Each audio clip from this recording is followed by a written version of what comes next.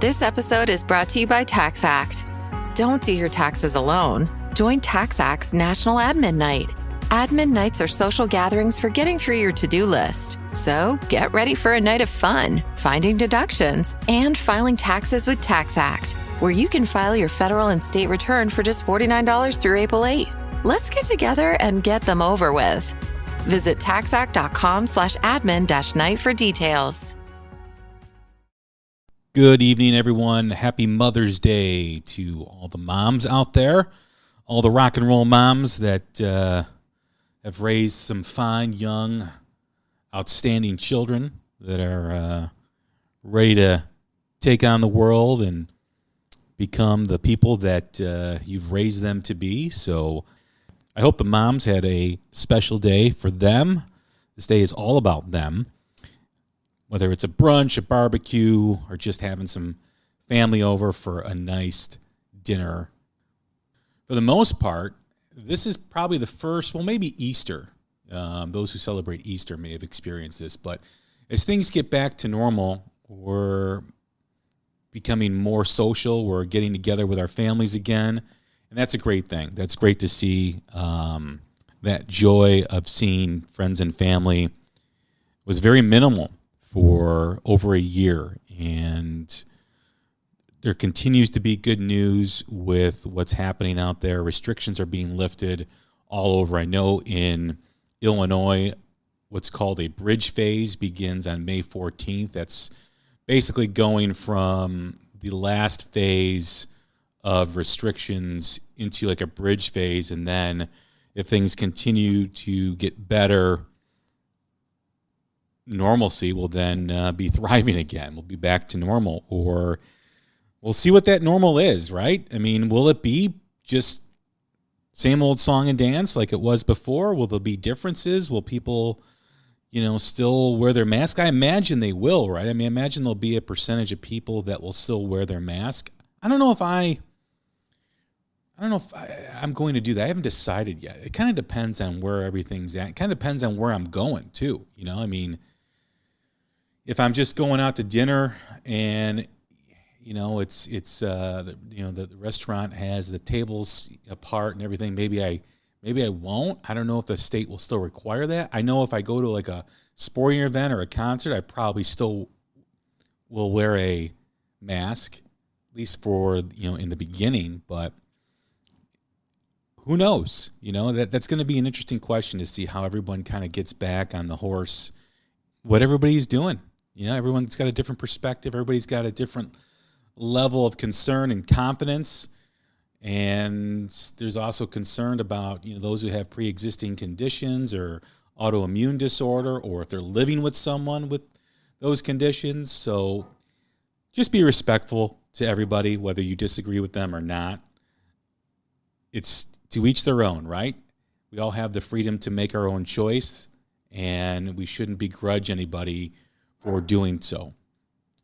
We may have our own opinions about things, but let just people do what they want to do, right? I mean, it is a big deal. This last year was a big deal, and a lot of people went through a lot of stuff, whether it was losing a loved one, seeing a loved one very sick, being sick themselves, losing their job, or being furloughed. So there's a lot that goes into it, and just respect everybody. But again, we're here for you to offer an escape, and I know it's Mother's Day, and we've got a special episode tonight with one of my rock and roll heroes, Mr. Myles Kennedy. Such a great voice, such a great talent, and what a great person. I mean, this interview floored me in terms of just how open he was and how forthcoming, and he wasn't really afraid to answer, any of the questions that I asked him, and he was very thoughtful in his answers, which I always appreciate whenever a guest is not giving me the same cliche answers that they've given the other 10 or 20 media outlets that they've interviewed when they're promoting an album. And I know how it can get very rigorous with a lot of the same questions. We always try to do things differently here. We always try to ask questions that maybe people aren't asking, maybe a little bit of different perspective, a little bit of a different route that we take in terms of really finding out where their motivations were, or what was inspiring to them to write an album. We just did a great interview with Diamante. She was so forthcoming and so awesome that to follow that into Myles Kennedy, who was just as awesome, was great. The Ides of March is a follow-up album, which is out May 14th. It's the follow-up to Year of the Tiger, released in 2018, which was one of my favorite, if not my favorite album from that year. And that album was unique in that it was very personal. It really drew from a lot of personal experiences, a lot of internal things and self-reflection that Myles was going through. And that's a very hard album to write because you're bearing your soul and how you're connecting with those situations that you've got to revisit. I talk about that a lot whenever I'm interviewing an artist, is really how they connect with those things from the past, how they connect with their self-awareness, their self-reflections that they're going through, what they're finding out about themselves. There's a really big sense of vulnerability when that happens. I mean, you've got to tap into things that are sometimes very uncomfortable, and sometimes they're things that you've kind of put away under lock and key. You kind of don't want to deal with them. It brings up a lot of emotion, whether sadness, anger, even happiness. So when an artist does that, I really do appreciate when they're able to really get in deep with themselves and kind of learn more about themselves. I just mentioned Diamante's interview that I did earlier this week, or late last week, I should say. And she really celebrated herself and learning more about herself. And Year of the Tiger with Myles Kennedy is very similar to that. And the songs really do connect with each other. And, you know, it goes from learning, and there's a sense of healing, and there's a sense of overcoming. If you have never listened to it, if you've never checked it out, hopefully this new album and this interview and the other interviews that he's doing will inspire you to do so, because it's an album that everyone should hear. I love it when an artist really goes in that direction and really dives deep. So this album is also very personal to Myles, as you'll hear in the interview. And we talk about what his motivations were and what his inspirations were for writing this. And it's a different perspective. There's some personal things in there, but more personal things of what was happening in reality when he was creating this. And I like how Myles really thinks about the approach to an album. Like he really, I don't want to say plans, because I think a lot of it happens organically. I don't think it's planned, but he really kind of decides what inspires him to write. Or I should say, what is inspiring him to write. And he really goes with it, and he really dives in, and he tries to really capture all the angles that are happening with what he's writing about, whether it's self-reflection, capturing all the angles of what happened in a situation or who he was and who he's come to be. And in this record, he really dives in and is able to really forge ahead and capture what not only he's feeling in his perspective, but perspectives of other people. On the backdrop of all that is some really great music. I mean, he dives into a lot of soul, blues, of course, rock, and a little bit of country. There's a lot of different influences at play here, and it really sets the atmosphere for the album. It really, one of the things that I noticed, and I bring this up to Myles, is how the subjects that he's writing about, the atmosphere of the music really brings the subject to the forefront and really captures the mood and the elements that he's discussing in the song with his lyrics. So that's a big thing for me. I really enjoy that kind of stuff. And I think you'll really enjoy the album. The Ides of March, out May 14th. Again, Another great album in 2021. The albums just keep coming out, and like I heard last year from Tyler Baker of Goodbye June, everybody is swinging for the fences, and I have yet to hear an album that the artist is really going for it. Whether you like the music or not, that's not what I'm saying. I'm saying that everyone is on their game, and everyone's doing or producing and making the vision that they want. And that is really special. This year, I think, even though we're not even halfway through it, will be regarded as one of the greatest years in music history, just because of all the material that's coming out, all the material that's going to be coming out this year. And Myles Kennedy's The Ides of March, to me, is one of those top albums. So enjoy the interview, enjoy our conversation, enjoy the album that comes out May 14th, The Ides of March by Myles Kennedy. Thanks for listening to the interview. I hope you enjoy it.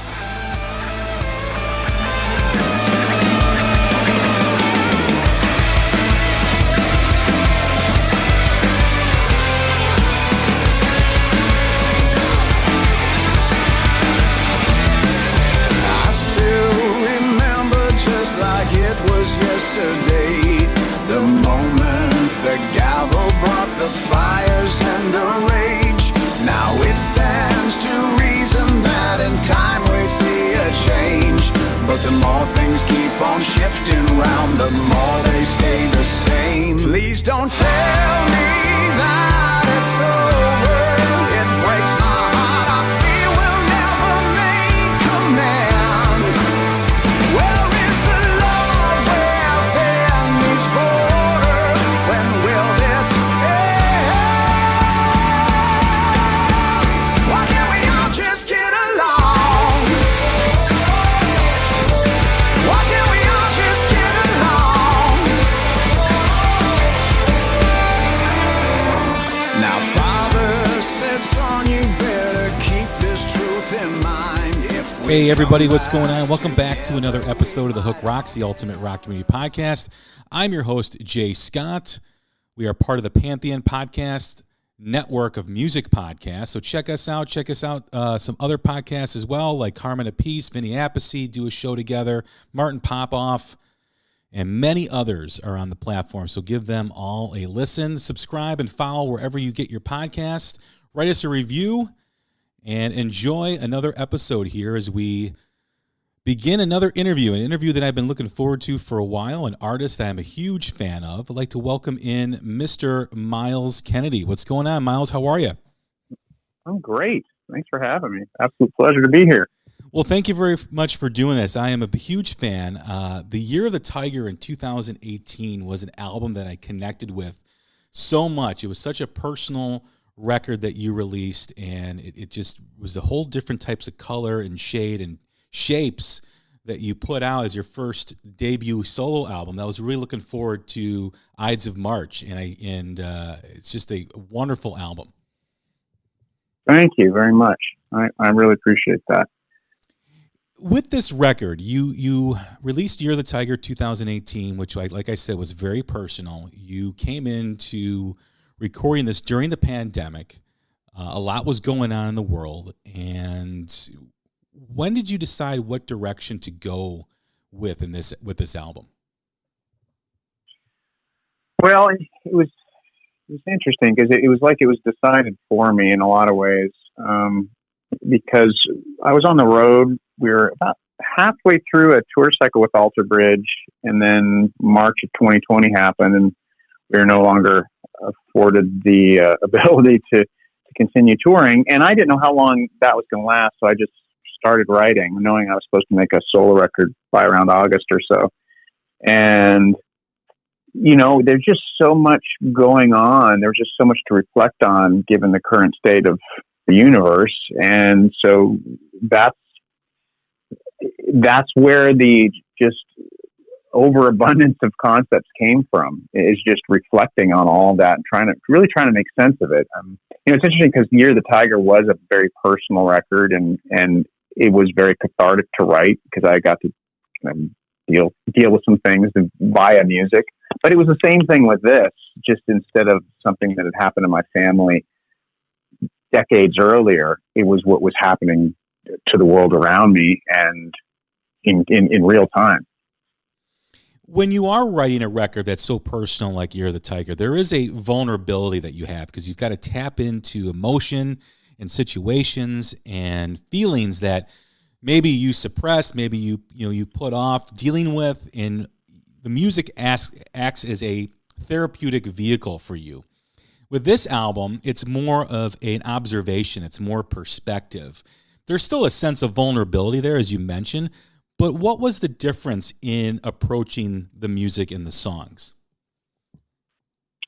Well, I think one of the big differences was that it's more plugged-in affair, and I wanted to take the arrangements and not be as acoustic while still integrating that acoustic element as the foundation. But what's interesting is as you add electric guitars, it certainly eats up a lot of the arrangement space. So that was a big part of the overall sound. But as far as how to go about writing a record that is influenced by things that were very relevant that we're all kind of dealing with. For me, what's paramount is to reflect on it and deal with try and make sense of it. And so a lot of the songs become mantras to myself. The only problem with that is sometimes my fear is I don't ever want to come across as being preachy, but when at times you're reflecting and then you're trying to work through something and then you're trying to address how you think about something. Sometimes that can be misunderstood and that can be kind of a delicate dance. And I'm not really into being like a polarizing type of an artist. I feel like there are people who do that and they do that well. And that's what they like to do. But I'm not really into conflict. I'm just into trying to resolve whether it's inner turmoil that I have or just try and create something that will help me live my life or, just try and make sense of things. Songwriting is a really big part of who I am because I've always struggled with, I have my demons, I have my anxiety issues I've always struggled with, and songwriting is how to deal with that. It always has. It has been for really as long as I can remember. What really impressed me about this album was lyrically how it gives a perspective and it gives an observation. And I never thought that it was too preachy. I thought it married very well with the atmosphere of the music, where the lyrics are kind of giving your perspective and the music really sets the mood and creates the vibe of the tune. Was that done organically? Was that something that you wanted to do, or that just happened as you were recording? I think it just kind of happened. That's interesting. Yeah, it was just, it's funny because people have noticed that this is more of an electric record. And I guess if you think about it, these are more electrified times, so I guess in some ways it's kind of congruent. The world was in a very strange place last year. It was building for a while. We kind of still are in a strange place, but I mean, it was pretty much burning down every time you watch the news and you heard, conversations with your friends and neighbors, and you were part of those conversations. Was this record important for you to escape from all that, gather your feelings, and kind of live in a little bit of a bubble while everything is happening? It's interesting. I think in some ways the contrary, because I had to immerse myself in all of that. And it was to the point where by about May or June, so I was a few months into the writing process, it started to kind of mess with my head a little, to be perfectly honest. It was getting difficult. It was as difficult to write this record as it was to write Year of the Tiger in that sense, because sometimes when you go deep, when you immerse yourself and you constantly, there was the content that I was allowing my brain to feed on was really starting to have an interesting effect on me. And what's happened since I finished the record really is I've kind of stopped watching the news. I've kind of Yeah, I needed to. I just needed to step out of all of it for a while, and so it was a. I wish I could say that I was in a bubble. I guess I was in a bubble in the sense that I was just working nonstop and not really doing anything else, and absorbing what was going on in the world and trying to make sense of it. Was it more like a reconciliation in your mind, and once you were able to complete the record and the music, it was more of a release? You kind of were able to let it go because you kind of filtered it all through your mind and your body and your heart, and you're able to put it down and make the records, and now that therapeutic process that I spoke of earlier has been almost completed. Yeah, I mean that's exactly what happened. It's just, well, I think once it was done, it was kind of like I don't want to say I made peace with all of it. I don't know how you can truly make peace with something with a lot of the subject matter, but I think that I had gone as deep into that realm as I felt comfortable going down, to where I know myself well at this point. I've been on this planet long enough to kind of know what I am, what I'm capable of, and what I'm not capable of. And for for the sake of my own mental health, I knew where I had to draw the line. And once the record was done, and once these songs were, I felt like I was being genuine with how I felt about things and was trying to work through these things. Then I had to say, okay, now let's step out of this realm and let's figure out what's next. Were you planning on making an album prior to this, or was this what led to your inspiration? Yeah, I knew I had to make a solo record in August. In fact, interestingly enough, I remember talking with my manager in February of 2020, and we had all these tour dates in everywhere from Asia to South America. There was just so much going on, and I remember saying, I don't know how I'm going to find time to write another solo record in that period. So little did I know that I would have plenty of time in just a few weeks after that conversation. So yeah, it was definitely a plan to make a record.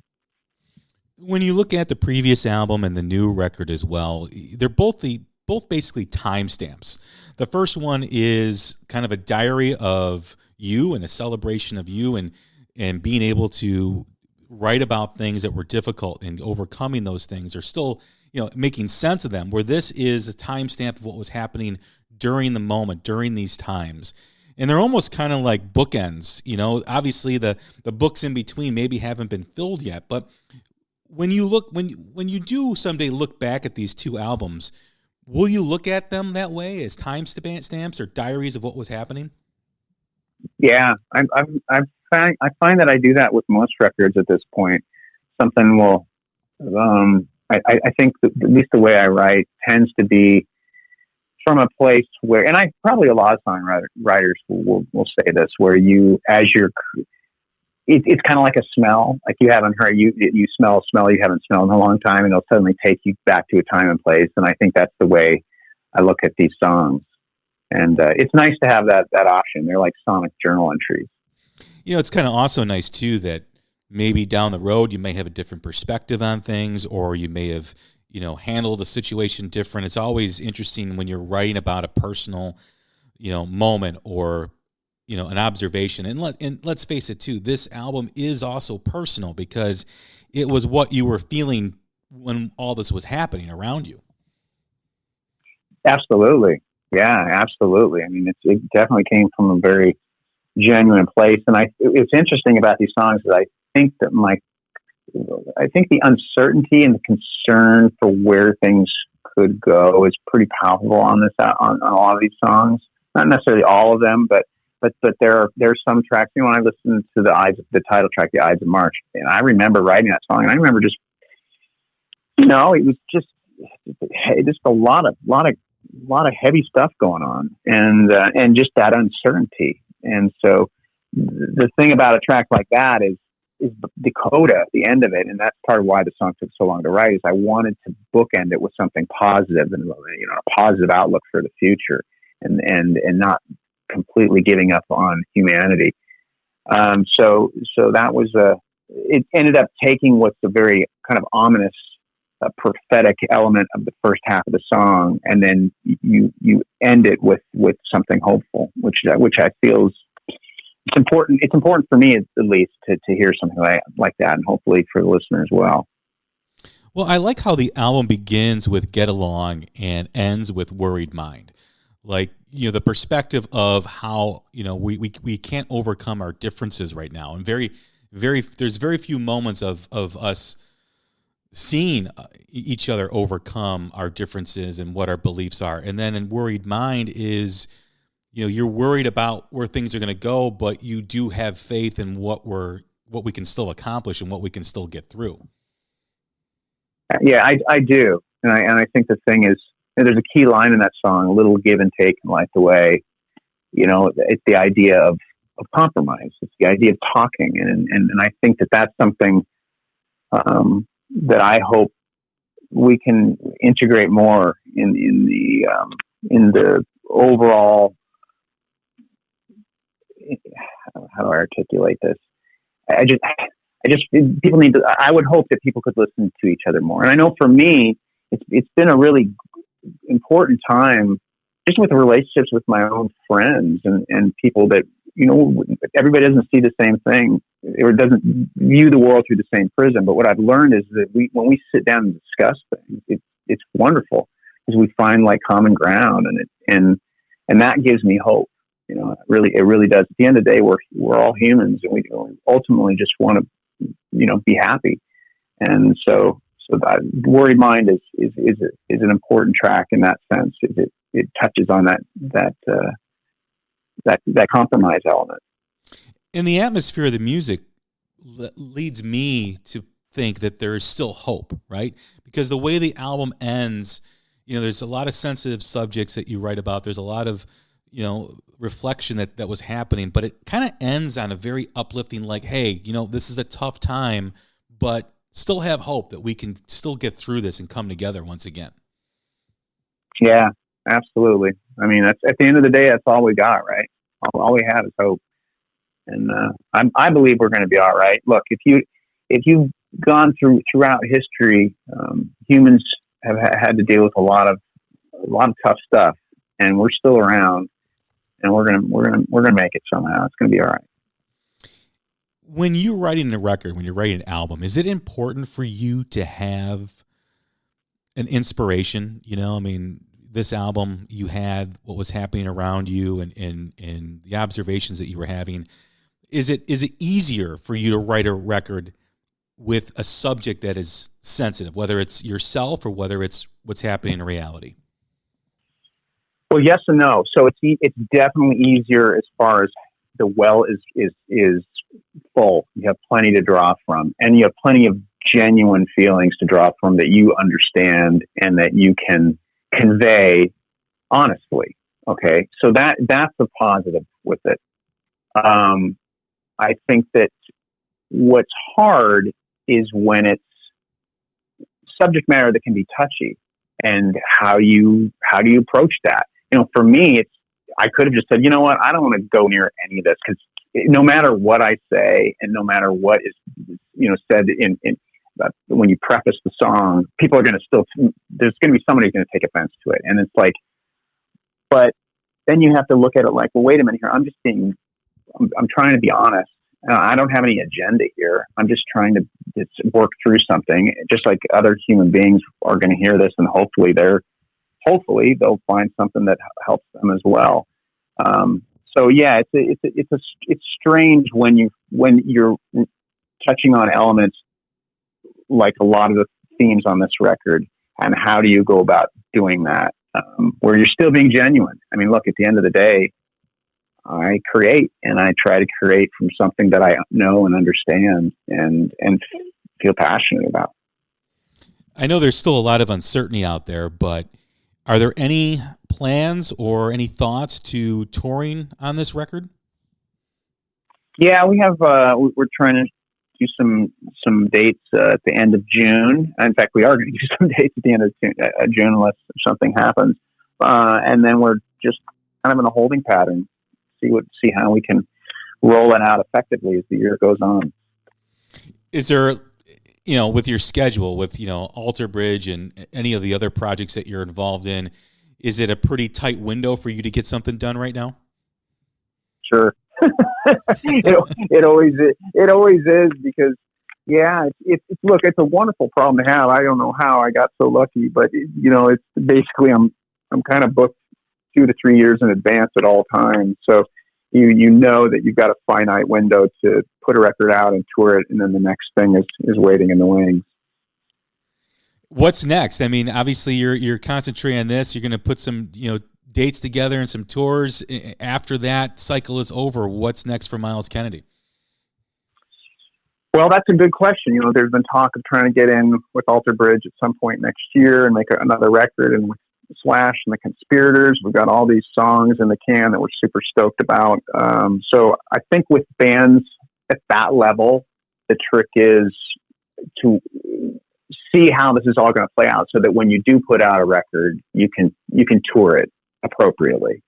It's different for me because I can always, as a solo artist, I can always go out if we can't open the world back up or certain markets. I can always go out with an acoustic guitar and play smaller venues, social distance, or whatever we need to do to everybody feel comfortable. So yeah, I think that's what remains to be seen with the other entities.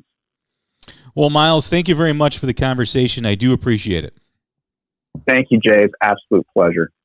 Thanks, Myles. Once again, that's Myles Kennedy. Go out and get his album, Ides of March, out May 14th. It's a great album. I know all of you will enjoy it. I'm Jay Scott. This is The Hook Rocks, the Ultimate Rock Community Podcast. Stay safe, stay healthy, and we will talk again soon. Thank you.